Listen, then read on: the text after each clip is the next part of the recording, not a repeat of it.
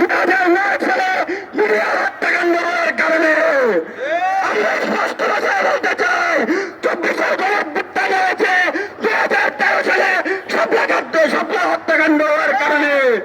আমরা আবারও বলতে চাই 2018 সালে কোটা আন্দোলন এবং 2021 সালে মুক্তিবিরোধী আন্দোলন হওয়ার কারণে 2024 সালে গণঅভ্যুত্থান সংঘটিত হয়েছে।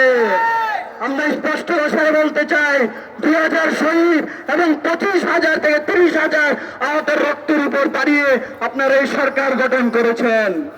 আপনাদের লজ্জা শরম থাকা উচিত। আপনারা এখনো শহীদ এবং আহতদের ন্যায্য অধিকার আদায় করতে পারেননি। আপনারা 2009 সালের বিডিআর হত্যাকাণ্ডের বিচার করতে পারেননি। আপনারা 2013 সালের শাপলার বিচার করতে পারেননি। আমি ডক্টর ইউনূস সাহেবকে বলতে চাই, একটা এখনো কবরে চলে গেছে, এখনো যদি এদেশের জাতির সাথে উল্টাপাল্টা করেন আল্লাহ মাফ করবেন আপনাদেরকে। স্পষ্ট ভাষায় বলতে চাই, অতি বিলম্বে নির্বাচনের আগে 2009 সালের বিডিআর, 13 শাপলা, 18 কোটা এবং 21 সালের মুক্তিবিরোধী আন্দোলন সহ সকল গণহত্যার বিচার করতে হবে।